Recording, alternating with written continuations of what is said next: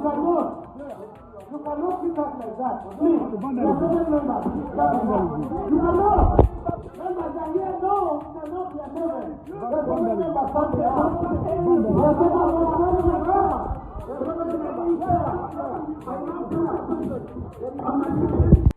Abo bola babaka ba parliament cheche kyabadde ku Commonwealth Resort Munyonyo nga bwe nakuwadde olunaku lwajjo nti ababaka ba parliament mmoje mwaberedde mu weekend babadde batudde abatula ku bukiiko buli obubiri aka Legal and Parliamentary Affairs Committee. Engumi yabuze katono okubeera ng'enyoka abasajja ne bayungula ne badeploying abawanvu n'abampi okusobola okugenda maaso n'okubanga bataasa embeera era bw'eti embeera bwe yataasiddwa naye ng'embeera yabadde ya bunkenke nnyo era ngenda kuwaako na wano omubaka amanyiddwa nga Gilbert Oranya nga nnyonnyola buli kimu nga bwe kyabadde. Kakati we twogerera cabinet meeting ku budde buno wenkoledde akatambi kano nga cabinet meeting emaze okubanga etuula batudde ku ki bagenze baddemu basisinkane.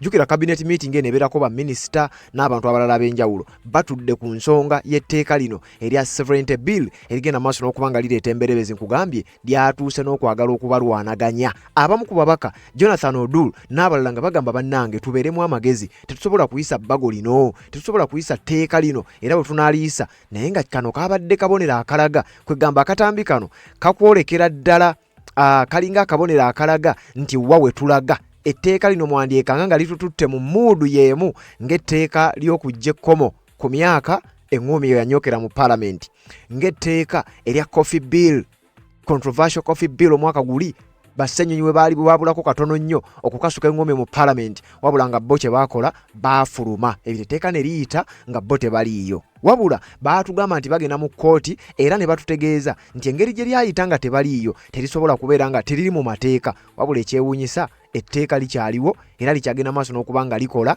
likyagenda maaso n'okubanga likozesebwa. Boddayo n'onoonyereza ku controversial coffee bill eyafuuka etteeka kati njagala okutegeeza etteeka lyayita. Mukadde kano we twogerera nakugambye enkya ennaku z'omwezi nga 5 omwezi guno gwennyini ogwokutaano omwaka 2026 bagenda kuddamu babeere nga batuula bakole kye bayita second reading ne third reading naye etteeka lino balivuga ku sipiidi ey'ekika ekya waggulu teweerabira nti bano ekisanja kyabwe officially kiggwako nga 12 kitegeeza basigazzaayo ennaku nga 8 ezijjudde ennaku nga 7 ezijjudde ekisanja kyabwe kibeere nga kiggwa wabula etteeka balivuga ku sipiidi y'ekika ekya waggulu basobole okugenda mu maaso n'okuba nga baliyisa. Kakati olutalo lwabadde ku hotel lunaku olwajjo ku Commonwealth Resort Munyonyo olutalo lwabaddeyo lwawaliriza cabinet meeting okubeera ng'egenda kutuula olunaku olwaleero oba ng'etudde kubanga wenkoledde akatambi kano nga cabinet meeting emaze okubeera ng'etuula baddemu okugenda maaso n'okwekenneenya etteeka lino oba ebbago lino balabo baliyita oba teriyita naye okuva mu getufuna ag'omunda gagamba nti bano abatudde bonna ndooza nga 99% baagala etteeka liyite nga kitegeeza etteeka lyandiyita newankubadde ng'omukulu yavaayo n'alyegaana wabula kigambibwa okuba nti kwalinga akabaddi okujja balowoozesa nti ye tabiriimu naye ng'oba oliawo ebyo bikyali byambu tukyagenda maaso n'okuba nga tubifeffetta tujje tubeere nga tubikakasa wabula gentegeddeko cabinet emaze okuba ng'etuula meeting bagituddemu bukubirire olunaku olwaleero era tewaliiwo nsonga yonna egenda maaso naye ng'ekyewuunyisa ebbago lino buli munnayuganda yenna ebbago yali rejectinga buli civil society organization ebbago bali rejectinga buli kakiiko konna akaalimu ensa ebbago bali rejectinga bannayuganda abantu ba bulijjo ebbago baaligaana wabula ekyewuunyisa abakulu bo bamaliridde era bagamba bagenda kukola buli ekisoboka okubeera ng'etteeka lino liyita oba twagala oba tetwagala. We waavudde engoomi eyabuzeeko katono ennyo okubeera ng'etabuka nga Gilbert Oranya n'abamu ku nga Jonathan Odul n'abamu ku babaka ba parliament ababadde tebakkiriza tteeka lino okubeera nga liyita baabuzeeko katono okukasuka engoomi ekyaviiriddeko deployment ey'amagye n'abasajja abaavudde mu kitongole kya police okubeera nga bayiika ku Commonwealth Resort Munyonyo basobole okuba nga bataasa embeera.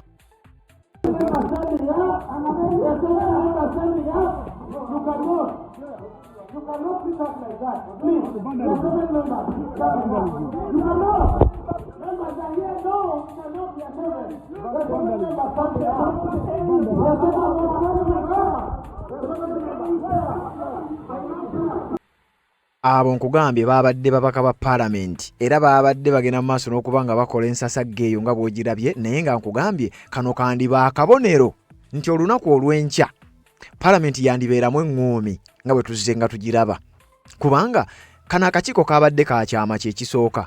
Bannayuganda bangi tebasoose kutegeera nti waliyo olutuula luno lwabadde lwa kyama era terwatudde mu Parliament kubanga ku weekend Parliament tetuula. Naye olw'okuba waliwo sipiidi gye baagala okugenda maaso n'okubanga bayisizaako etteeka lino baasobodde okugenda ku Commonwealth Resort e Munyonyo ne batuula ababaka abatuula ku bukiiko buli obubiri bagende maaso n'okuddamu okwekenneenya nnyingo ku nnyingo era abamu baawuliddwako mbu nga bo bagaanye nga tebakkiriziganya na kuddamu kwetegereza nnyingo ku nnyingo ey'ebbaga eryo. Mbu era ekyo kyaviiriddeko embeera y'okubeera ng'etabuka omu ku chairpersons b'obukiiko buno mbu ye nga tayagala ne zino amendments ezaakolebwa zibeere nga zigenda mu maaso. Kakati embeera yatabuse.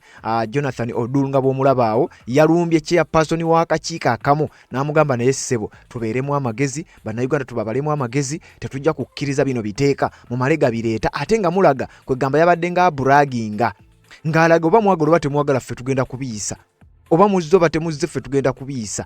Teweerabira nti era ye chairperson y'omu Joel Ssenyonyi gwe yatabukira bwe baali batudde nga Joel Ssenyonyi agezaako okuleeta babaka banne bawe endowooza zaabwe mu committee meeting eyo yali etudde era Joel Ssenyonyi wamuwulirako ng'ayogera ensonga eyo ng'ategeeza mumulinga abaatudde dda abali mu kuwa rulingi yammwe nga mugamba nti mmwe bino birina okuyita oba tuteesa oba tetuteesa nga mulinga abatatubazeemu maanyi. Omu ku chairpersons abo n'aba nga yavaawo bubi nnyo era n'agezaako okwebuzaabuza. Kati ono ye ali mu kuleeta etteeka oba ali mu kuleeta ebbago naye wenjogerera nkugambye limuwunyira ziizi n'engeri gy'alitunuulirako nkakasa nga alabika yejjusa n'okwejjusa lwaki yateesa olunaku lwe yateesa ebbago eryo ligende maaso n'okuba nga lireetebwa kirabika agenda maaso n'okuba nga lijjusa ng'olunaku olw'enkya bakomawo mu Parliament ogenda maaso n'okuba nga bali kubaganyako ebirowoozo second reading ne third reading. Kiki ekigenda okuddako nga cabinet meeting emaze okutuula.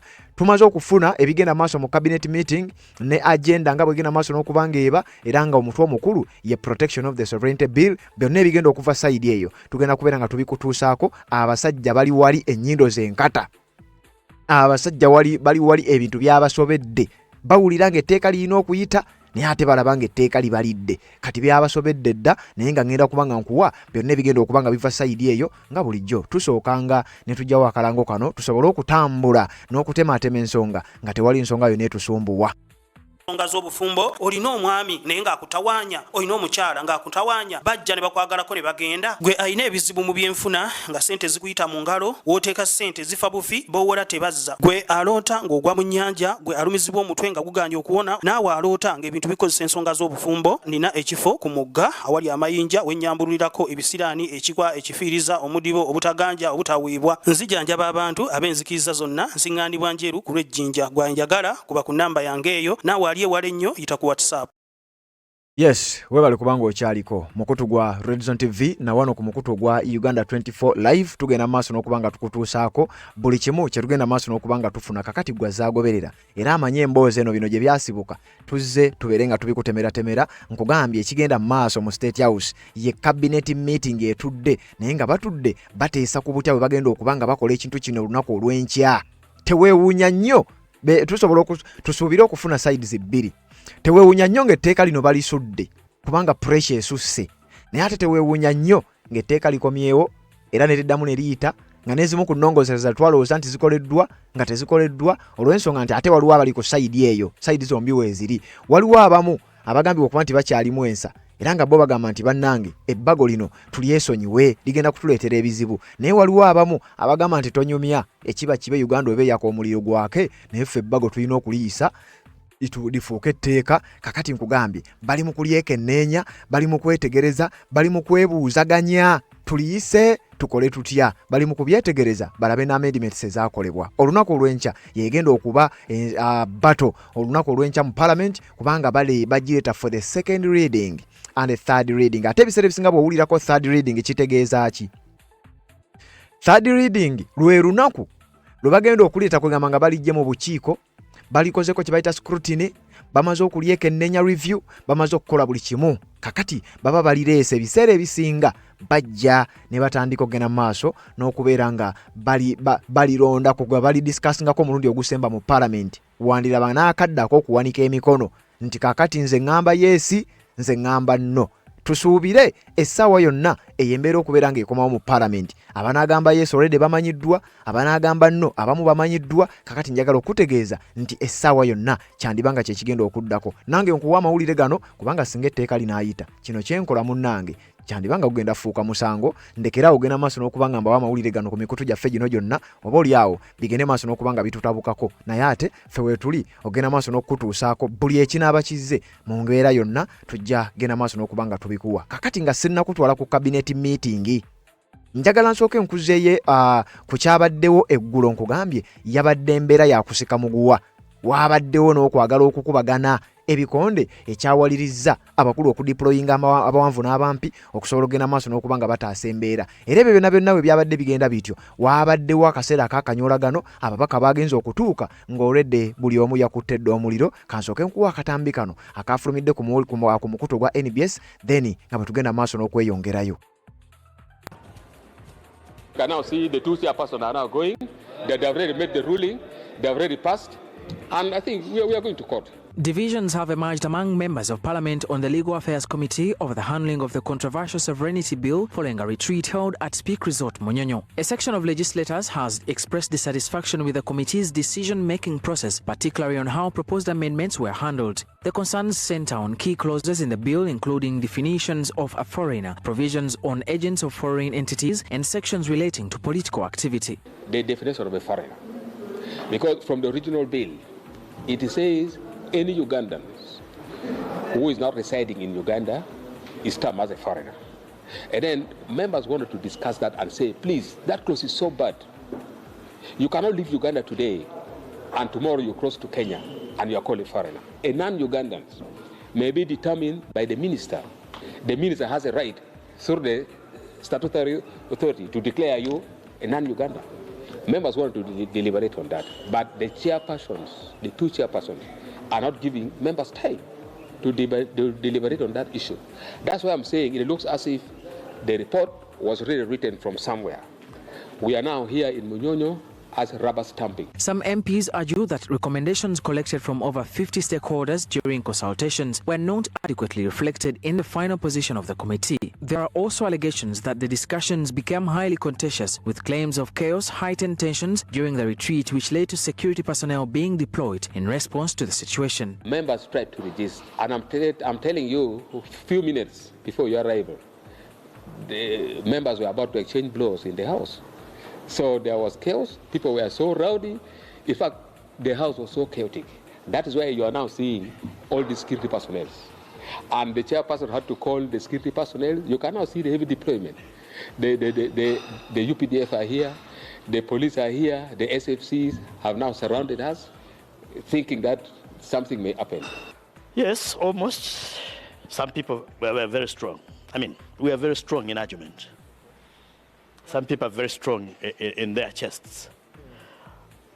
Naturally, it would cause somebody to believe that they are about to fight. They didn't fight. They did fight. The committee, however, proceeded to adopt a motion to pass the bill moved by West Budama North East Foxadoy and supported by 24 members with 11 dissenting. Following this development, MPs who opposed the move say they are preparing a minority report to formally document their reservations. We are developing the minority report. For us who are not agreeing with what is going on right now in the committee, we are in the verge of writing the minority report. Ulira. Wenkugambidde nti etteeka lirabika ligenda kuyita. Waliwo ababaka abagenze maaso n'okuwagira. Era mbo bamaze okukola enteekateeka ate nga be babadde basinga obungi ku kakiiko kano, kubajjukira obukiiko buno nabo bubeera n'eyo process ey'okulonda abawagira liyite n'abatawagira liyite. Kati mbu mu kakiiko we kabadde katudde akaligo Parliamentary and Legal Affairs Committee abasinga obungi balonze nti etteeka liyite. Nakubulidde baani abatuula ku kakiiko kano ngenda bakugamba. Then bana abatono ababadde baliwakanyizza munnange baabasinziza obungi era kasita watandise okuwulirayo statements ezifuluma sayidi eyo nga ziraga nti tugenda mu kkooti tugenda kukola kye bayita minority report n'ebirala bifaanana bwe bityo njagala okutegeeza mu mateeka biba bikola naye etteeka liyinza okuba nga ligenda maaso n'okuba nga liyita eŋŋuumi eyabuzeko akatono ennyo ogenda maaso n'okuba nga enyooka sayidi yayo olunaku olwajjo eyo tugisuubira ogenda maaso n'okuba nga eddamu oba embeera ey'obunkenke eyinza okuba nga eddamu mu palamenti y'eggwanga erya Uganda olunaku olw'enkya kubanga bino byonna bikolebwa lwa nsonga nti olunaku olw'enkya lwe lumu ku ezo ezigenda okuba nga zinsalessale oluvannyuma lw'okubeera nti eno y'emu ku steps ezigenda maaso n'okuba nga zisembayo nga etteeka lino oba nga ebbago lyonna ligenda maaso n'okuba nga lireetebwa mu palamenti. Wali Gilbert Oulanyah nga annyonnyola kankuwe wano akatambi obulungi ennyo otegere bulungi nnyo then nzije nkuwe babaka ki abatuula ku kakiiko kano aka Parliamentary and Legal and Parliamentary Affairs Committee. Oba oli awo bwe manga nsobodde nyinza n'okukuwa baani abalonze yes baani abalonze no. Sooka owulize Gilbert Oulanyah ng'agenda maaso n'okunnyonnyola nzije tweyongereyo. Here in Munyonyo, meeting started well, but I would like to state it clearly that the views and the mood which is going on in this meeting is as if the leadership of the committee, they have already formed their opinion. And the way we look at it is like the report has been written from somewhere else. And right now, they are in the verge of forcing all the committee meetings to accept the report which they did not participate in.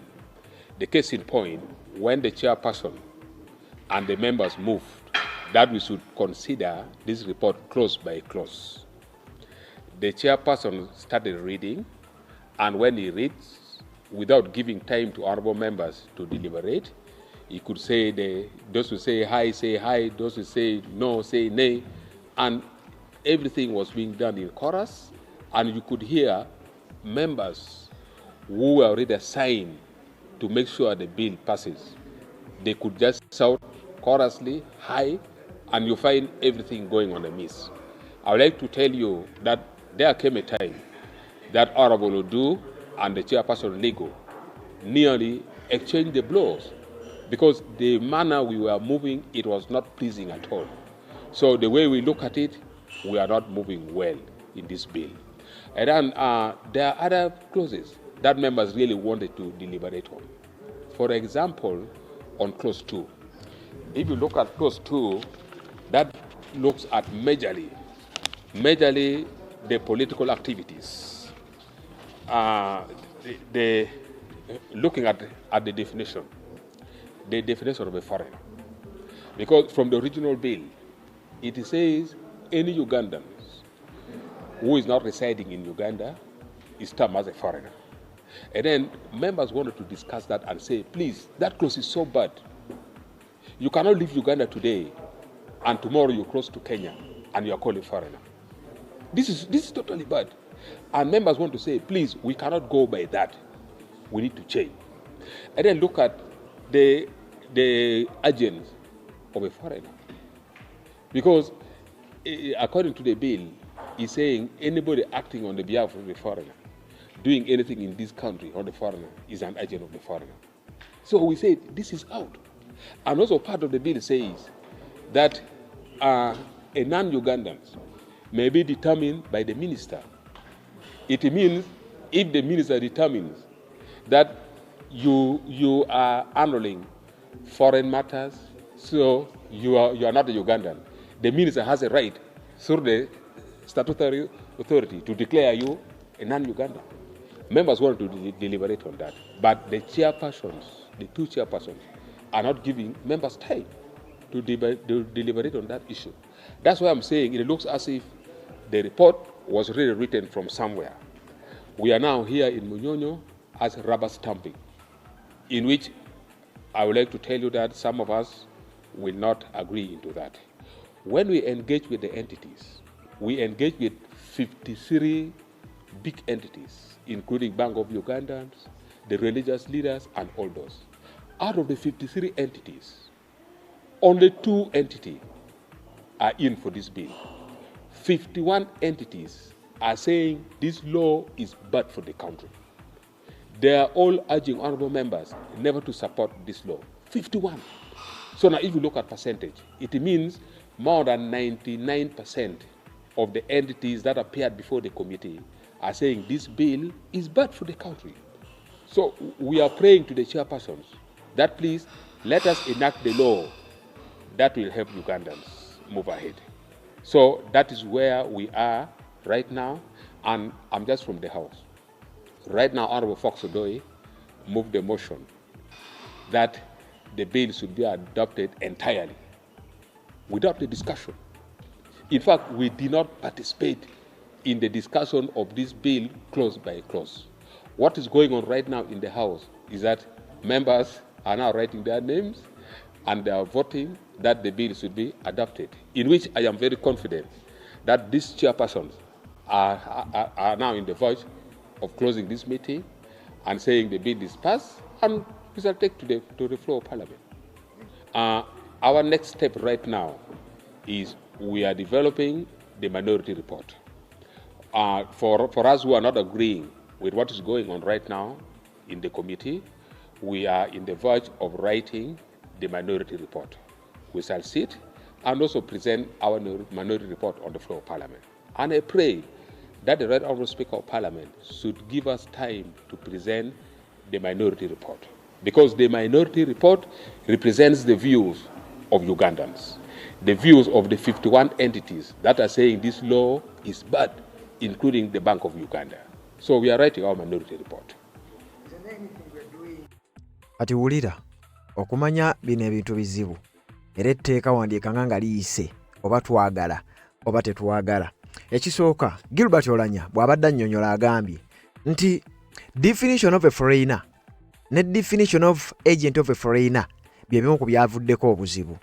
Wabula mu amendments ze baakoze era baakozemuko mu amendments mu definition eya foreigner, kubanga mu kusooka baali bagambye munnayuganda yenna afuluma ne bw'ova wano olwaleero n'ogenda e Kenya mu myezi 3 oba ofuuse foreigner, kati kyo baakijjeewo ne bakyusaamu. Kati bannayuganda abali ebweru nga si bannansi oba n'abali wano nga si bannansi n'ebirala biwanvu awo. Biro ye amended bw'oba ojagala ojja kujja mu inbox yange njagera maaso n'okuba nga njikuwa naawe ogisomemu. Wabula mu birala byayogeddeko nti newankubadde baakozeemu amendments, Minister ya determining who is the foreigner. Minister ya determining who is the agent of a foreigner.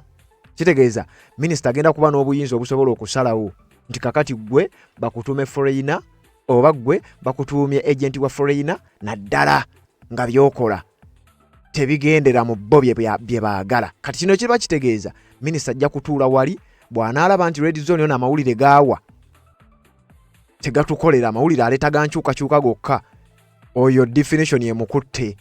Minister yajja okudetermininga kakati oyo mumukwate asasula obuwumbi bwa ssente obwo oba sekyo asibwe emyaka 20. Naye nga jjukira ne mu amendments ezaakolebwa bwaliwo okusaba n'ebibonerezo bikendeezebwe, kubanga tusobola kuŋŋamba nti kati kino kye ndi mu kukola kinsibisa emyaka 20.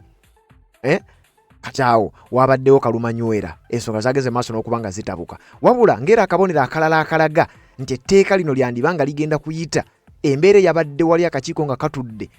Abamu ku babaka babadde balina endowooza zaabwe ze baagala okuleeta, wabula endowooza ezo nga ba-chairpersons b'obukiiko nga tebabaganya, tebabawa budde bumala kugenda maaso nakubanga baleeta ebirowoozo byabwe, nga bo aleeta ekirowoozo nga kiri ku sayidi gye bawagira bamuwa obudde obumala.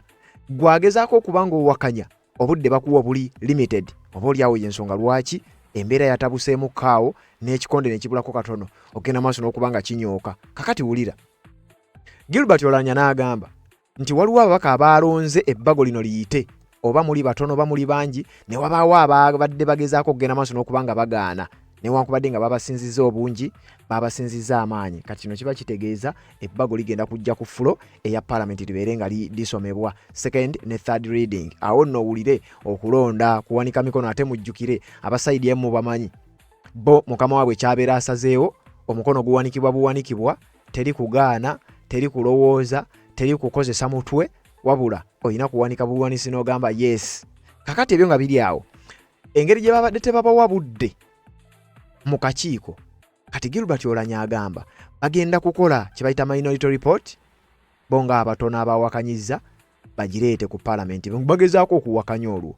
Naye era n'asaba nti tusaba Speaker wa Parliament yenna anaakubiriza Parliament enkya atuleke tugende maaso n'okubanga tuwaayo obanga tutebolinga minority report yaffe era mu statement yabadde nga akulaga nti ne speaker akyalina obuyinza era akyaliwo chance esobola okugenda maaso n'okubanga agaana minority report eyo okubeera ng'esomebwa. Kino kiba kitegeeza nti kakati abali ku side ewakanya ebbago lino ndabanga abatandise okugenda maaso n'okubanga bawangulwa, naye kati awo njagala tuveewo. Ensonga zino nga zigenda mu maaso, uliriza mukadde kano wenjogerera oba wenkoledde akatambi kano simanyi waawo okawulirira. Amaaso gaba myuse bali mu cabinet meeting era okusinziira mu mawulire genfuna cabinet meeting egenze maaso n'okubanga etuula okusinziira ku cabinet okusinziira ku chief whip owa government amanyiddwa nga Hamson Obua yavuddeyo bwatyo n'agenda maaso n'okubanga atukakasa nti meeting cabinet meeting bagenze maaso n'okubanga batuula mukadde kano wenjogerera era waliwo wano ekiwandiiko kye njagala okuyitiramu kakatono ekikakasa bino. Omukulu ono avuddeyo n'ategeeza ensi cabinet meeting etudde era n'olwekyo bali mu kuyitaayita mu tteeka eryo oba mu bbaga eryo balabe oba baliyisa oba libatuulamu. Wuliriza mu kiwandiiko kino kifulumidde ku mukutu gw'amawulire ogwa Nile Post mu ddakiika ntono nnyo wenzijidde wano. Cabinet meets today to finalize sovereignty bill ahead of crucial parliamentary readings. Parliament olunaku olwaleero etudde abagenda maaso n'okubanga beekenneenya nga twolekera crucial parliamentary readings, twolekera akaseera akakazigizigi, akaseera akazibu era nga lwe lunaku olw'enkya etteeka lino we ligenda okugenda maaso n'okubanga liyisibwa. Kakati wuliriza bwe tugezaako okugenda dipa mu kiwandiiko kino batubulire oba oliawo bano abatudde kukola ki, olutuula lwabwe lukugattako oba nedda. Wuliriza. Government Chief Whip Dennis Hamson Obua has stated that cabinet will meet today to conclude the harmonization process of the Protection of the Sovereignty Bill 2026 ahead of its second and third reading in the Parliament scheduled for Tuesday. Government Chief Whip Dennis Hamson Obua avuddeyo n'ategeeza cabinet egenda kubeera ng'esisinkana bagenda kubanga batuula olunaku olwaleero ennaku z'omwezi nga 4 omwezi ogwokutaano omwaka gwa 2026 babeere nga bakubaganya ebirowoozo n'okwekenneenya n'okulaba ebbago lino oba likufaanana litya n'enkyukakyuka ze bayinza okwongera okukyusaamu n'ebyo bayinza okwongera okukalubyamu n'ebirala ebifaanana bwe bityo. Wabula bino byonna bigenda kukolebwa nga baolekera akaseera ak'okulaba nga ebbago lino lireetebwa mu Parliament olunaku olw'enkya for the second and third reading nga bwe nkugambye nti bagenda kulireeta mu Parliament for the second reading and third reading era tujja kubeerawo byonna okugenda maaso n'okuba nga tubikutuusaako obeere ng'obifuna bulungi nnyo. Wuliriza nga batugamba speaking during an interview with the Nile Post on Sunday, Obua said government is in the final stages of harmonizing the bill following guidance from the General Yoweri Kaguta Museveni and consultations involving Cabinet, the Attorney General, the Minister of State for Internal Affairs and the parliamentary leadership, while also taking into account of public concern. Akati wulira nti bano bagezaako okulaba nga mu byonna byonna bye bakola taking into effect of the government concern nakyo bagezezzaako okulaba nga bakiteeka ku mwanjo. Mukadde kano cabinet meeting mu lutuula lw'eyina lwe batuddemu mbo bali mugezaako okulaba nga bakoŋŋaanya ebirowoozo bya bannayuganda okuva ku njuyi ez'enjawulo. Hamson Obua yategeeza olunaku olwajjo nti bagenda kutuula okulaba nga bakuŋŋaanya ebirowoozo okuva ku njuyi ez'enjawulo babireete bagende maaso n'okuba nga babikubaganyako ebirowoozo bagende maaso n'okuba nga ate ensonga bazikwasaganya naye mbu ne General Kaguta Museveni waali nga bagenda okukola kye bayita consultations baminisita abakungu ab'enjawulo na buli muntu yenna atuula ku cabinet bagenda kujja baweeyo endowooza zaabwe naye teweerabira ne minisita avunaanyizibwa ku nsonga za internal affairs awo ne Kiryowa Kiwanuka Attorney General bagenda kuba nga batuula era mu cabinet meeting eyo sinakindi nga nabo batudde oba oliawo bagende maaso n'okuba nga nabo bawaayo ebirowoozo byabwe. Attorney General n'abakungu okuva kakiiko oba kuva mu ministry eya internal affairs nabo bagenda kubeerawo ebirowoozo byabwe nabyo bigambibwa okuba nti nabyo byetaagibwa nnyo. Kakati Kiryowa Kiwanuka yatugambye eki, wuliriza. I believe all Ugandans have been have seen strategic guidance of General Kaguta Museveni. His letter is full of do's and don'ts. Mbu nkakasa bannayuganda mwenna mwalabye ebirowoozo n'okuwabulwa okuwabulwa kwa General Kaguta Museveni okwabaddemu ebyokukola n'ebitali byakukola tikati bazzeemu babituulemu balabe ng'oba oliawo etteeka lino baligonzaamu naye nga banaaligonza. Wuliriza. As government, guided by our two most senior legal minds, the Attorney General and the Minister of State for Internal Affairs, General David Muhoozi, we have embarked on a process of harmonizing the bill, guided by as guided by General Kaguta Museveni and in consultation with the cabinet, while taking into consideration the wider public outcry within Uganda. Ulirizawo nnyo wano bakugambye, taking into consideration the wider public outcry. The wider public outcry gye tumanyi ye y'okugoba ebbiiru eno, y'okugoba ebbago lino. Kati batugamba nti taking into consideration the wider public outcry, kwe kukwata etteeka lino ne baligoba oba ne balisuula ne liba nga terigenda kuyita. Kakati ate eri batulaga nti batuuse n'okwagala okulwana nga abamu bagamba etteeka lirina okuyita. Kati wano public outcry kikaaki gye bagenda okuteeka into consideration, ate nga tumanyi public outcry, public was outcrying at one side, bill be dropped and forgotten. Ebbago lino libere nga lisuulibwa n'okwerabirwa lyerabirwa lemena kusemberera Parliament. Kakati ate bakugaba bagenda kuliyisa, bali mu kulyekenneenya, ate batadde into consideration public outcry. Awo waliwo ebibuuzo bingi nnyo, naye mbu mukadde kano ye ensonga gye bali mu kugenda mu maaso n'okubeera nga bakwasaganya. Obuwa added that government is optimistic and revised versions of the bill will be presented to the country either this week or the next, stressing that the legislation is intended to put a full stop to external influence on matters of governance and politics in Uganda as an independent state. Obuwa yagasseeko nti biiru eno bagenda kurevisinga versions zonna, omuli biiru eri amended n'eri biiru eyasooka. Baddemu beekenneenye, baddemu beetegereze, balabe eddala bintu bye bagenda okuyisa binaatambula bitya, nti era bagenda gezaako okulaba nga bastopinga mu bbago lino litagetinze kulaba nga bastopinga to external influence. But the bill has in recent weeks become the subject of intense national debate. President General Kaguta Museveni has since distanced himself from what he describes as a misinterpretation of the proposed law. Etteeka lino ligendagenda maaso n'okubanga liyisibwa, wabula nga ate mukama waabwe General Kaguta Museveni etteeka yalyegaanye. Mujjukira ekiwandiiko kye baatadde ku mukutu gwa X n'emikutu emirala ng'etteeka balyegaana, wabula kakati ate we twogerera etteeka liraga lituuse ku stage erabika ng'egenda kuyita, nga ligenda kuyita oba tuwagala oba tetuwagala. Kakati awo nenjagala ngende mu maaso n'okubanga ate bino byonna mbikutuusaako nkugambye cabinet meeting kimaze okubanga kikakasibwa nti bano batudde bali mu kugenda maaso n'okubanga bayisaayisa ebirowoozo mu mbeera eyo, naye ate nga nkugambye bannayuganda etteeka baaligaana oba ebbago baaligaana. We twogerera bano batudde era nga kyekigenda mu maaso ekiri recent. Uliriza, the House is set to resume tomorrow, Tuesday, May 5th at 2 p.m. For the second and the third readings of the sovereignty bill. Olunaku lw'enkya Parliament egenda kuddamu etuule babere nga bakola kibayita second and third reading, naye ngaawo teweewunya nnyo ng'ebbago litandise n'okubanga likubibwako ebirowoozo oba oliawo n'okuwanika emikono abanaagamba liyite n'abo abanaagamba nti teriyita. Olunaku olw'enkya balabika lwe bagenda maaso n'okubanga bakikola. Kakati wenjogerera ebbago lino nga lifeesinze kye bayita intense pressure from the public. Abasajja bagamba tulina okulaba nga tucontaininga public naye nga tutetenkanya okulaba ng'etteeka liyita.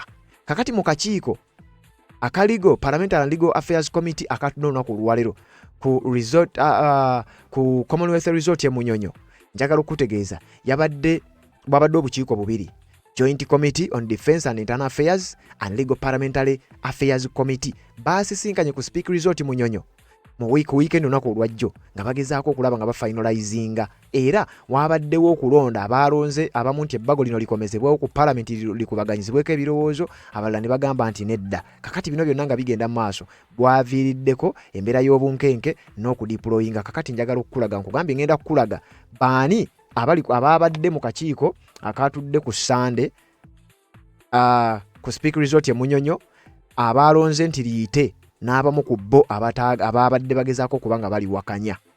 Kakati wuliriza, ku stage eno njagala okutegeeza nti ku stage eno kwabaddeko ababaka ba Parliament ababeerera ddala, kwabaddeko n'ab'ekibiina kya National Unity Platform, ababaka abasapootinze oba ababadde ba yes ba pro passage.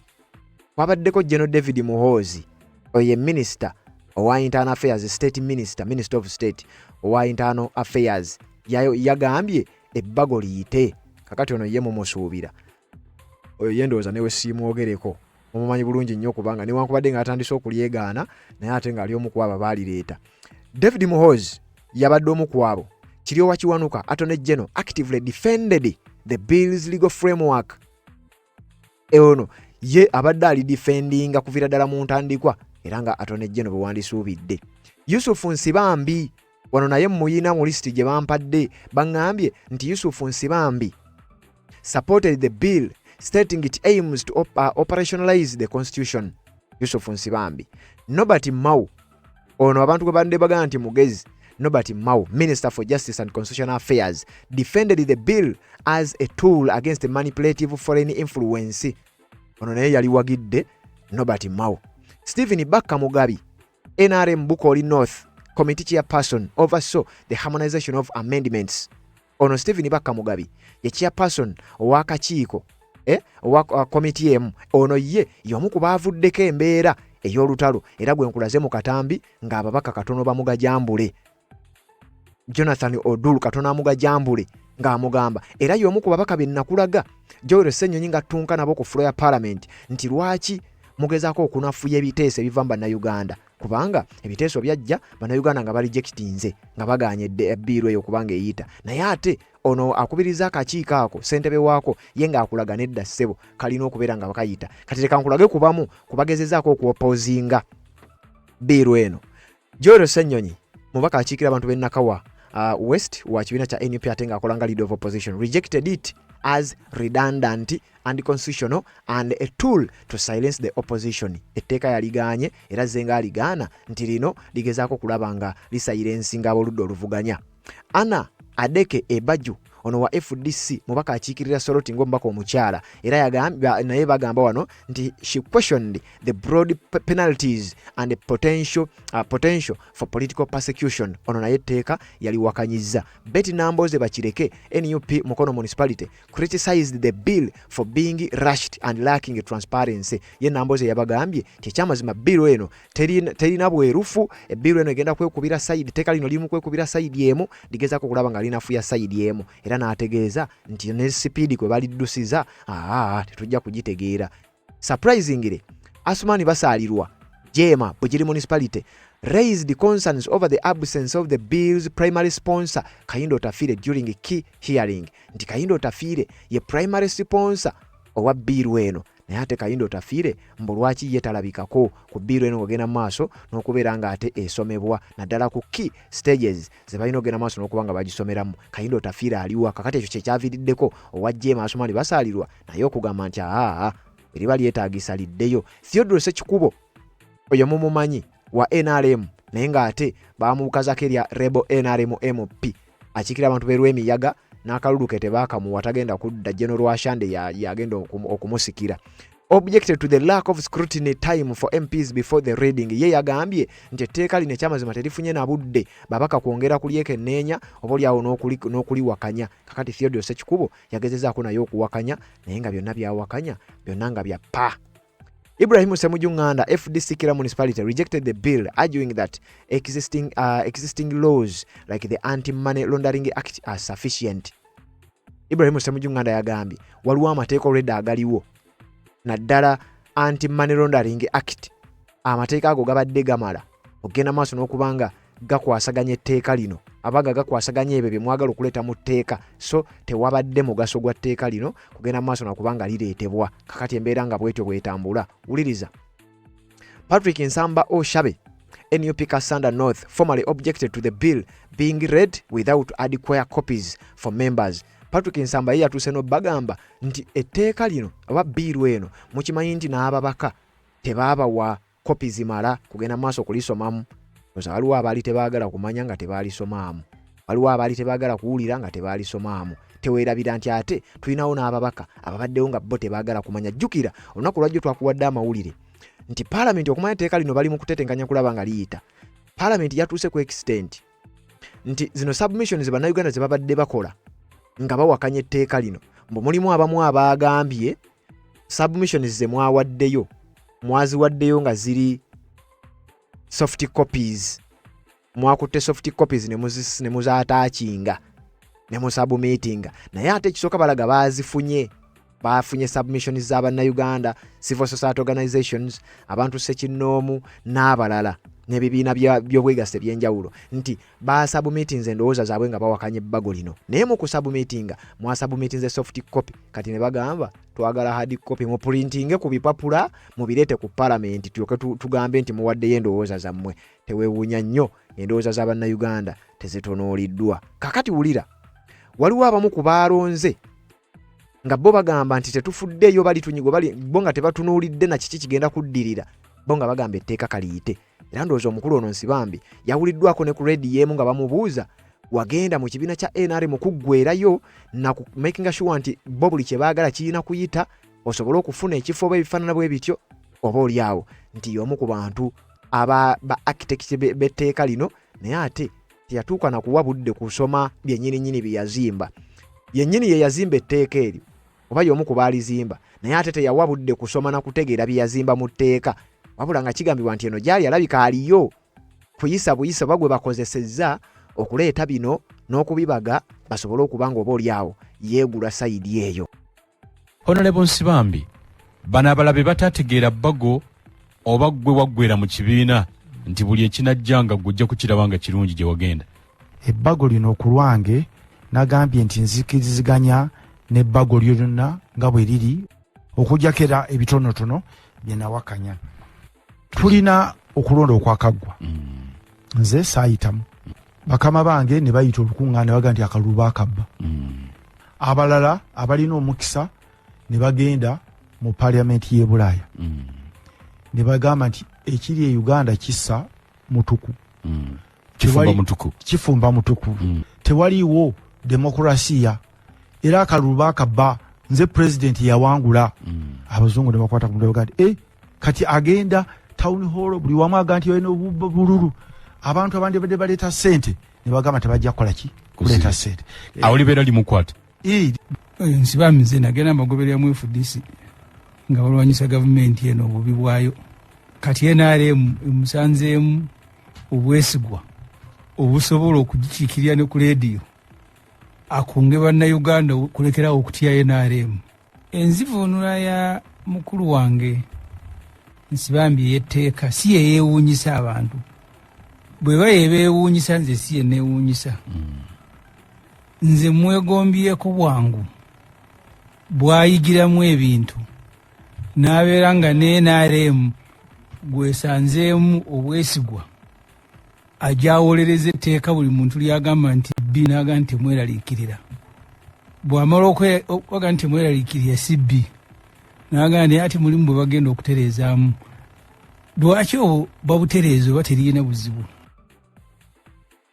Kakati ebyo bigambo ebisoose bibadde bya Nsibambi, naye nga mu bigambo byayogera kimu bibiri akulembeza His Excellency Robert Kyagulanyi Ssentamu kubanga ye yagenda eweru w'eggwanga. Naye nga waliwo wano ebigambo ebizze biraga nti bano byonna ebyogerwa byogerebwa etteeka lyakuyita ne bwe kinaaba kyetaagisa ku deployinga oba amaloboozi gonna agavuddeyo gali bulookinze bo tebaagala kumanya. Leader of opposition yavaayo n'ategeeza jjukira eddoboozi lya leader of opposition liba lyanjawulo mukko ku ly'ababaka aba bulijjo boyinza okuyita ordinary MPs. Joel Ssenyonyi yavaayo naye agatta eddoboozi lye ku Bannayuganda n'ababaka ba Parliament abawakanyizza bino n'ebiringa byonna ebitagenda kubalibwamu magezi. Honorable Chairpersons and members of the Joint Committee, I appear before you today to vehemently oppose the Protection of Sovereignty Bill 2026 in its entirety. While cloaked in the language of patriotism, a careful legal analysis reveals that this bill suffers from fatal constitutional defects, including unjustifiable limitations on the fundamental rights, dangerous vagueness, and an unconstitutional subversion of the multi-party dispensation. In our current political climate, where the state keeps persecuting people and state persecution has forced opposition leaders and critics out of the country, this bill ceases to be a theoretical threat.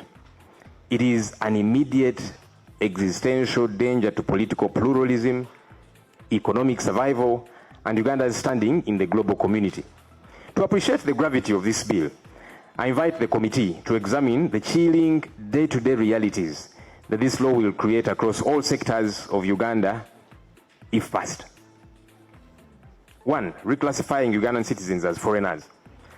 The most insidious provision is hidden in Clause 1, which defines a foreigner to include B, a Ugandan citizen residing outside Uganda.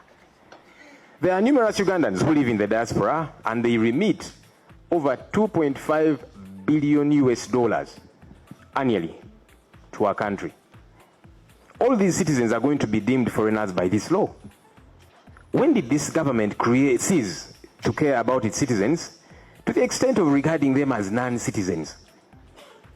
Consider a political leader born in Uganda, a registered voter, and a duly elected party president who is forced into exile or out of the country due to state persecution.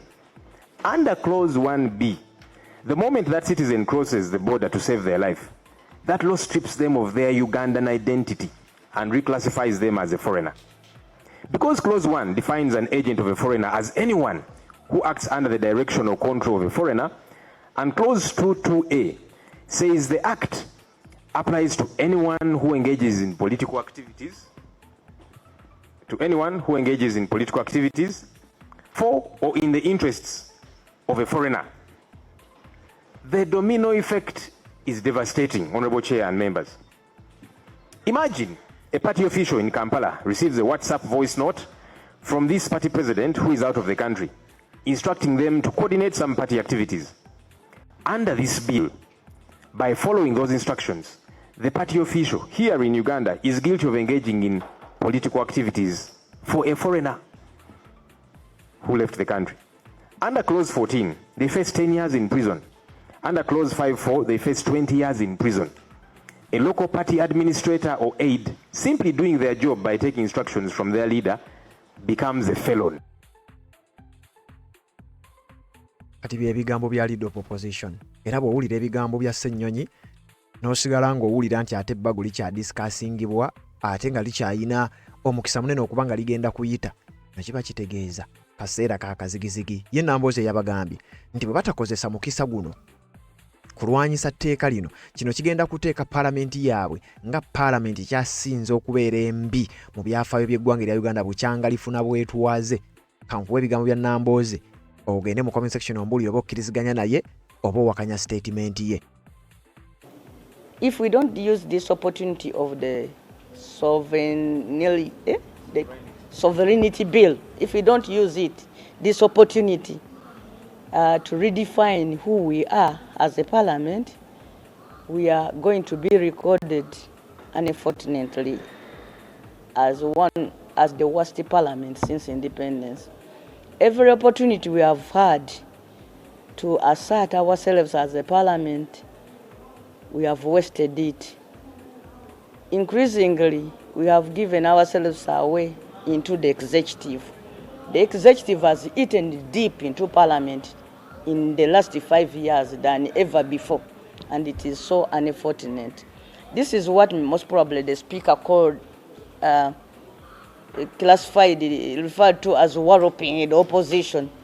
As she warps the opposition, we have given away the independence of parliament, and together with it, our powers to check the executive, to come up with good laws, and to be able to throw out bad legislation. So many bad things, policies have been introduced around this time. I've never seen a parliament. I've been here for 16 years. I was briefly in the 8th parliament, I was in the 9th parliament, I was in the 10th parliament, and now I've been in the 11th parliament. But never before have I seen a parliament that has completely forgotten that we are a different arm of government, that we are not part of the executive. And, to appear to be against the positions of the executive in this parliament, the 11th parliament, is to be considered like, you are looked at as an enemy of even the house itself.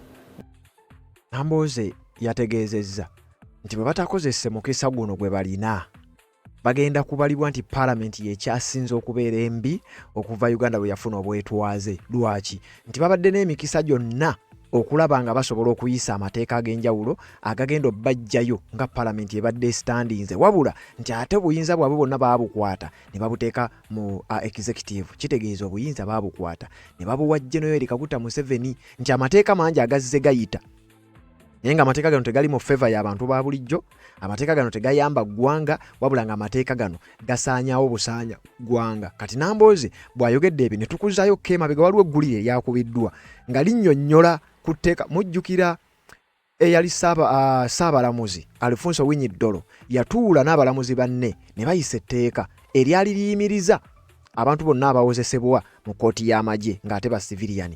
Okimanya etteeka eryo yalagira oba Saabalamuzi yalagira buli muntu yenna eyali alina emisango nga gyamuggulwako kkooti y'amagye babeere nga bateebwa, wabula tebaateebwa. Nakati we twogerera bangi bakyali mu makomera era ng'okusinga be bawagizi ne bammemba mu kibiina ekya National Unity Platform. Wulira bino. Ng'ennaku z'omwezi 31 omwezi ogwa Gatonnya omwaka gwa 2025 kkooti ensukkulumu yakola ebyafaayo bwe yajjawo kkooti ey'amagye era n'eragira obutaddamu kuwozesa abantu ba bulijjo mu kkooti eno, nga wano yalagira fayiro z'abaali bavunaanibwa mu kkooti y'amagye okuddizibwa mu kkooti eza bulijjo amangu ddala nga bwe kisoboka. Free all political prisoners remanded. Our NUP brothers and sisters, all civilians, and those other civilians, don't free them today, free them now. Wabula kkooti ensukkulumu bwekyanga ewansala eno omwaka mulamba n'omusobye mabega bino tebiteekebwanga mu nkola, kyokka gavumenti kye yali ekoze kwe kukozesa ababaka ba paalamenti neddamu okukola etteeka erizaawo kkooti y'amagye. Mu mbeera eno abawagizi b'ekibiina kye National Unity Platform abaali bavunaanibwa mu kkooti y'amagye fayiro zaabwe zikyawagamidde okutwalibwa mu kkooti eza bulijjo, era twogeddeko n'omwogezi wa woofiisi ya Ssaabawaabi wa gavumenti Irene Nakimbugwe n'ategeeza nti bafuna fayiro z'emisango gy'abantu bano 43 zokka nga ze baakyusa okudda mu kkooti za bulijjo. Nga n'okusoba fayiro zajja twazifuna era ne bateekawo akakiiko akaali kalina okuzitunulamu balaba oba ddala zisaanidde, kubanga fayiro ziva mu court martial tetumanyi bo obujulizi baba babufunye batya era baba bagenda bwesigamako batya. Kati ffe kubanga si ffe abanoonyereza, efayiro zonna zetukolako nga Ssaabawaabi ziba zirina okuva mu poliisi erina okuba nga ezitegese bulungi nezizemu nezikeneenya. Kati fayiro bwe baazireeta era twafuna wano akakiiko ne baddamu ne basitunuulira. Nakimbugwe agamba nti fayiro zino baazikwasa poliisi okuddamu okukola okunoonyereza ku misango gino. Bamu tuba tutye mu kkooti, abalala bakyayongera okunoonyereza n'okugenda mu maaso n'etteeka eppya lya UPDF Act yatandikira awo court martial okubeera ng'egenda mu maaso ne fayiro ze balina. Kati ffe ze baatuwa zetukyalina era zetukyekenneenya. Wabula munnamateeka w'abawagizi ba NUP abaali bavunaanibwa mu kkooti y'amagye George Musisi agamba nti bakoze ekisoboka okufunira abantu baabwe akakalu ka kkooti n'okuleetebwa mu kkooti naye bakyalemereddwa. Kati abantu bano bali mu makomera nga si ba convict naye ate si ba suspect kubanga teriiyo kkooti yabasindikawo teriiyo. Musisi agamba nti baawandiikira dda akulira abalamuzi mu kkooti enkulu Jane Francis Abodo ku nsonga zino era baagala bamusisinkane wadde nga tekinnabeerawo. Tumubuuze lwaki kkooti ye High Court eganya okuwuliriza ensonga z'abantu bano, kubanga tulina ensala za kkooti ezigamba nti omuntu bw'aba alinyirirwa eddembe tayinza kwekubira ndulu mu kkooti ate kkooti neetula kyamuli. N'olwekyo bwe baba bazze bano ababavunaane baba tebasobola bavunaana. Kkooti zibalagire prison zibate kubanga prison sirina nsonga yonna lwaki ekutta abantu bano, kubanga tebayinza nakuddizibwa mu kkooti y'amagye kubanga kkooti y'amagye ku amateeka tegakulangadde mabega. Musisi ayongeddeko nti abantu baabwe eddembe lyabwe lityoboddwa nnyo bya nsusso nga ne bwe baddukira mu kkooti mpaawo kikolebwa. Buno bumenyi bwa amateeka, bumenyi bwa ssemateeka, naye ate kulinnyirira ddembe ly'abantu bano ng'obalese ku kazinga ako akatalina kkooti ekafuga. Ate bwe twogeddeko n'omwogezi w'ekitongole ky'amakomera Frank Bayine atangaazizza ku ky'okusigala nga bakuumira abasibe aboogerwako mu kkooti.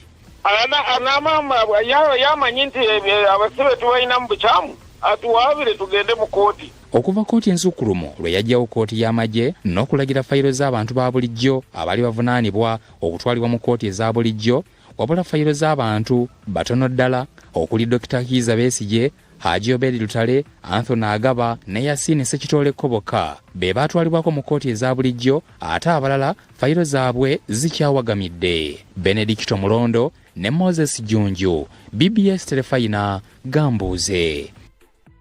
Ensonga z'obufumbo olina omwami naye ng'akutawanya, olina omukyala ng'akutawanya, bajja ne bakwagalako ne bagenda. Gwe alina ebizibu mu byenfuna nga ssente zikuyita mu ngalo, w'oteeka ssente zifa bufi b'owola tebazza. Gwe aloota ng'ogwa mu nnyanja, gwe alumizibwa omutwe nga guganja okuwona, naawe aloota ng'ebintu bikozesa ensonga z'obufumbo. Nina ekifo ku mugga awali amayinja we nnyambululirako ebisiraani, ekikwa, ekifiiriza, omudibo, obutaganja, obutaweebwa. Nzijanjaba abantu ab'enzikiriza zonna, nsiŋŋaanibwa njeru ku lw'ejjinja. Gwanjagala kuba ku nnamba yange eyo, naawe ali ewala ennyo yita ku WhatsApp.